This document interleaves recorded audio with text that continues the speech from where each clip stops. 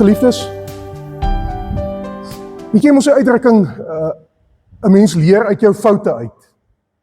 Wie ken nie daai uitdrukking nie? Ons gebruik dit algemeen, dikwels. Jy moet leer uit jou foute, of jy leer uit jou foute uit. Maar die waarheid is, dit is eenvoudig nie waar nie. Want dink gou mooi daaraan. As mense uit hulle foute uitgeleer het, dan sou mense ons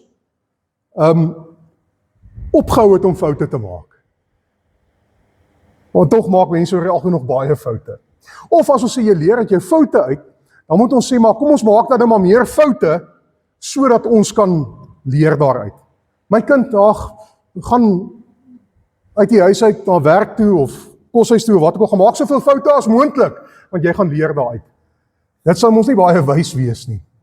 Nee, ons leer nie uit ons foute uit nie, maar ons het 'n ander onderwyser, 'n ander leermeester, om het so te stel. Dis die Heilige Gees. Hy is die onderwyser met 'n hoofletter. Ander mense sal sê,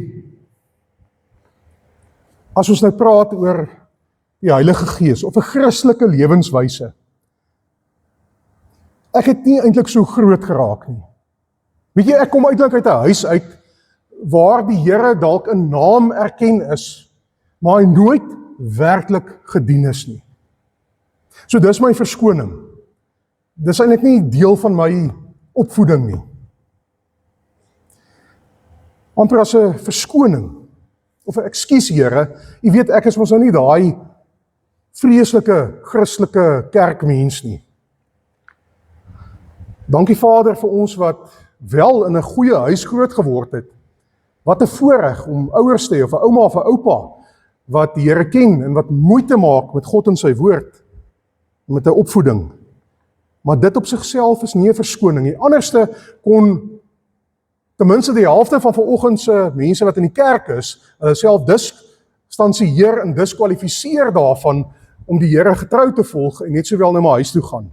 Nee, waaroor dit gaan? Nie waaroor nie. Die persoon oor wie dit gaan, is die derde persoon van die volmaakte drie-eenheid van God. Ons aanbid nie 3 gode nie, maar hy vergestalt homself in 3 persone.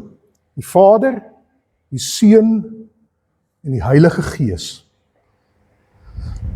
Johannes 14 vers 25 sê, ek sê dit alles terwyl ek nog by julle is, dis Jesus wat hier praat. Ek sê dit alles terwyl ek nog by julle is. Die Vader sal die spesiale helper, die Heilige Gees, namens my stuur, en hy sal julle alles leer en alles herinner wat ek vir julle gesê het.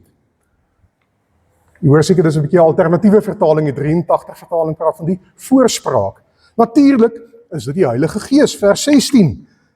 As ek nie weggaan nie, sal die spesiale helper nie na julle toe kom nie. Maar Jesus sê, sy weggaan voor sy hemelvaart, sê hy, die Gees sal iets doen, vers 13. Wat sal die Gees doen? Hierdie spesiale onderwyser.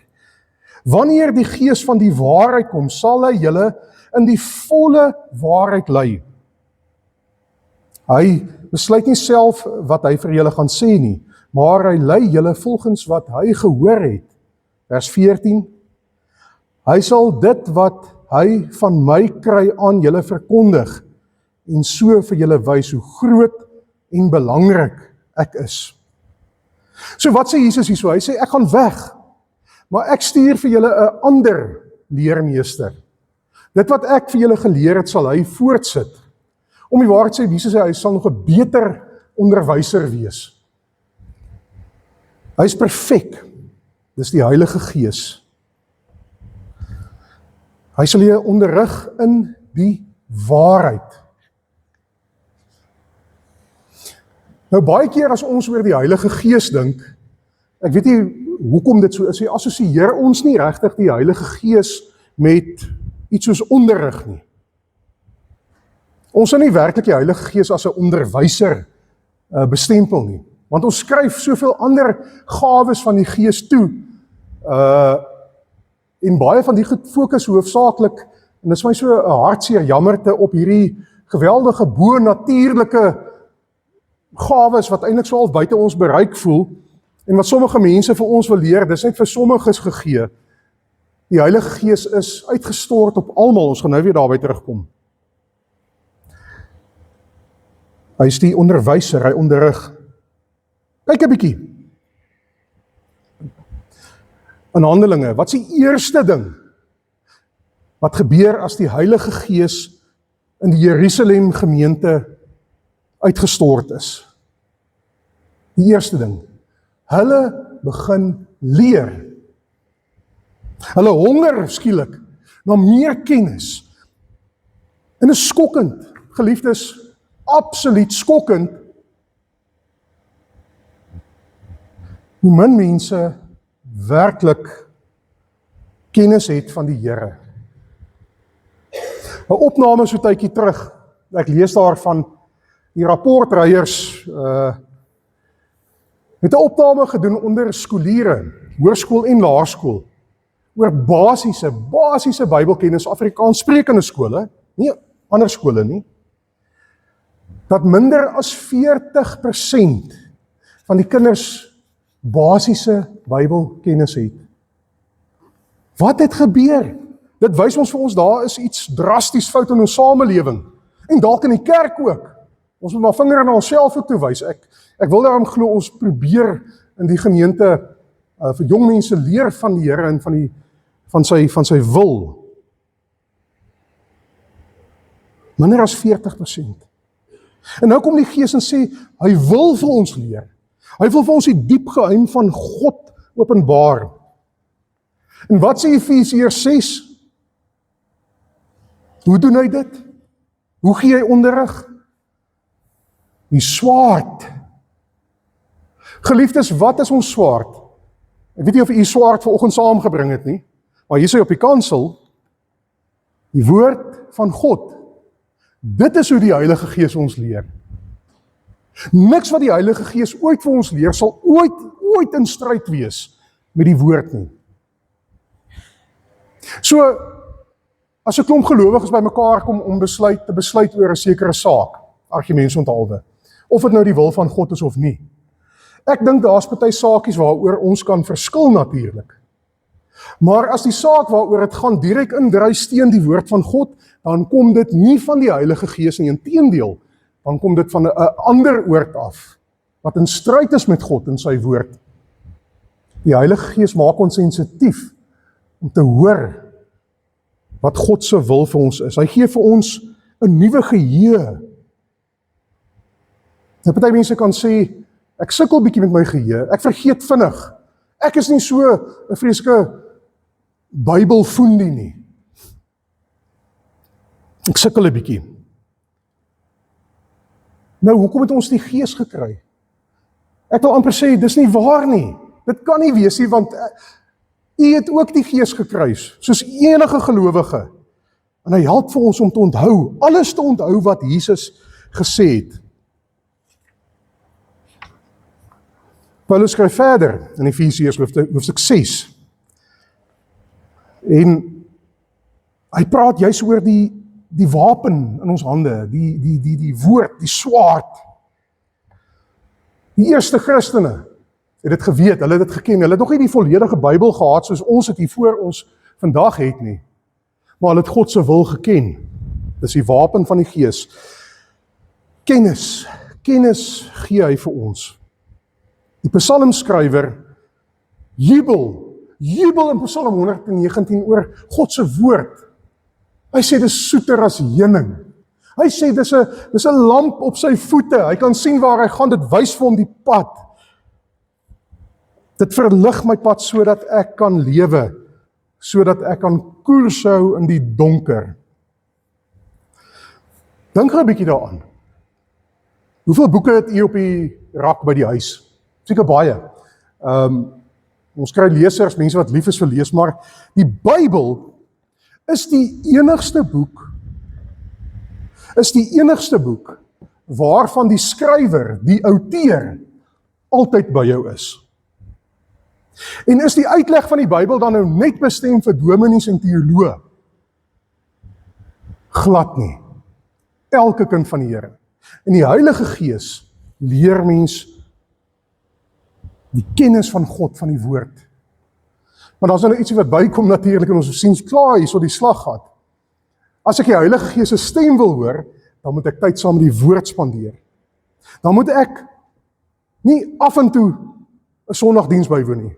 Elke Sondag het ek 'n afspraak met die Here, met die Heilige Gees wat die woord vir my kom oopbreek.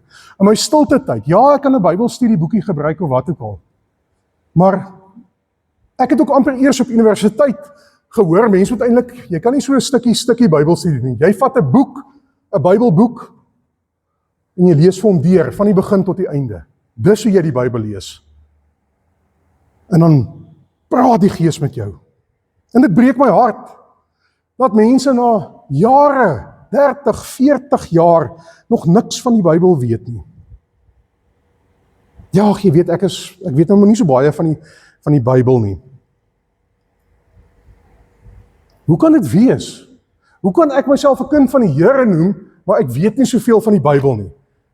Dan is dit ons nie vir jou belangrik nie. Ek wil amper sê, dan is God nie vir jou belangrik nie, want as God vir jou belangrik is in jou lewe, dan is sy woord vir jou belangrik. En die Heilige Gees kom plant die woord in ons harte. Daar is selfde mense wat sê, ek stel nie so belang nie, of ek ken nie die Bybel so goed nie. Na 30, 40, 50, 60 jaar op hierdie aarde. Hulle sal vir jou baie mooi kan vertel van die nuutste fliek wat die lig gesien het daar by die kinies. Hulle sal vir jou van die nuutste kinderstorie kan vertel. Hulle sal nuus kyk en vir jou presies vertel wat Trump nou weer aangevang het, of wat in die wêreld aangaan. Maar die Bybel, ag, ek weet nou ook nie so baie van die Bybel nie. Ek is nou nie 'n dominee of iets nie. Ek sê nie, jy moet die Bybel uit die kop uit ken nie. Ek ken glad nie die Bybel uit my kop uit nie. Maar om God se storie te ken en te verstaan, die Gees onderrig ons, dis die groot onderwyser. Jesus sê, jy hoef nie uit jou foute uit te leer nie. Jy hoef nie onkundigheid te pleit nie. My Gees sal vir jou die volle waarheid gee. 'n tweede ding, 2 Korintiërs 3.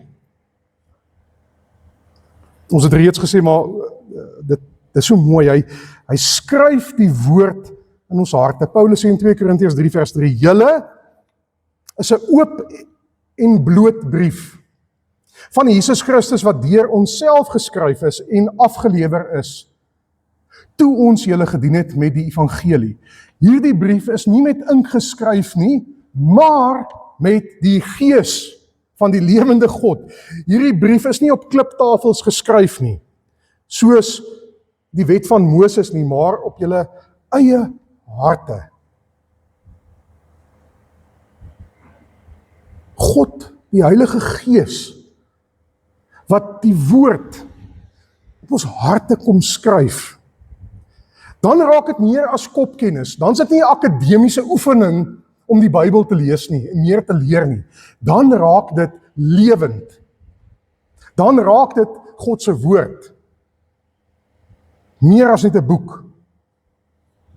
Hy het ons toegerus, sê vers 6, om te staan in die diens van sy nuwe verbond. Hierdie ooreenkoms is nie 'n geskrewe wet nie, dit is deur die Gees opgestel.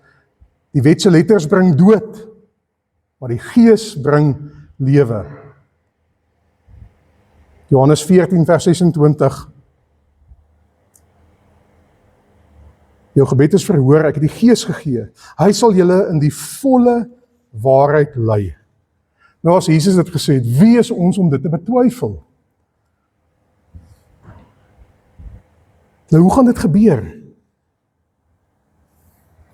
Kom ons kyk eers, hoe gaan dit nie gebeur nie? In 1 Korintiërs 2 vers 14 staan daar geskrywe van daardie mense wat dink soos die wêreld dink. Eintlik by implikasie beteken dit, hierdie mense aanvaar niks wat van die Gees van God afkom nie. Dis amper of hulle in stryd is daarteen. En dis mense buite die kerk, en dis mense binne in die kerk, glo dit of nie. wat amper 'n aanslag loods teen die waarheid van die woord, van wat mense gekoester het as God se wil vir eeue en eeue. Dit word in ons tyd aangeval. Ou waardes, ou geestelike maniere van dink en beoordeel. Die wêreld is in stryd met God se woord. Die Heilige Gees kom leer vir ons die waarheid. Ons moet loskom van die wêreld en die wêreldse dinge. Ons moet nie ons so verdiep in dit wat hierdie aarde of hierdie lewe vir ons bied, dat ons vergeet waaroor gaan dit eintlik nie. Oor God en God se wêreld, wat hy deur ons wil vergestalt op hierdie aarde. Bybel vra, wie dink hulle weet hoe die Here dink? Wie weet hoe die Here dink, sodat die Here vir hulle sou moes kom raad vra? Ons gaan klop aan by God. Ons, deur die onderwyser, die volmaakte onderwyser, die Heilige Gees, leer ons om te dink soos wat Jesus dink. Dat ons ou menslike denke los en nie dink, en vars dink. Dis nie meer 'n wet op kliptafels nie, dit is op ons harte. Kolossense 1 vers 9, nou bid ek dat julle nog meer sal groei in julle liefde vir God en ander. Mag die regte kennis en insig van God julle lewens oorstroom.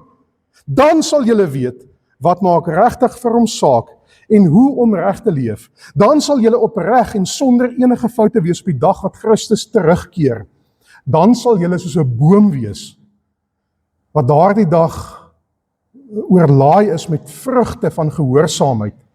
Jesus Christus laat hierdie vrug van geregtigheid in julle lewens groei. Hy doen dit, sodat God geëer en geprys word. En weer eens, dis soveel meer as boeke kopkennis. As boeke kennis vir ons nuwe lewe gebring het. As dit wat ek weet, my verhouding met God verbeter het, dan was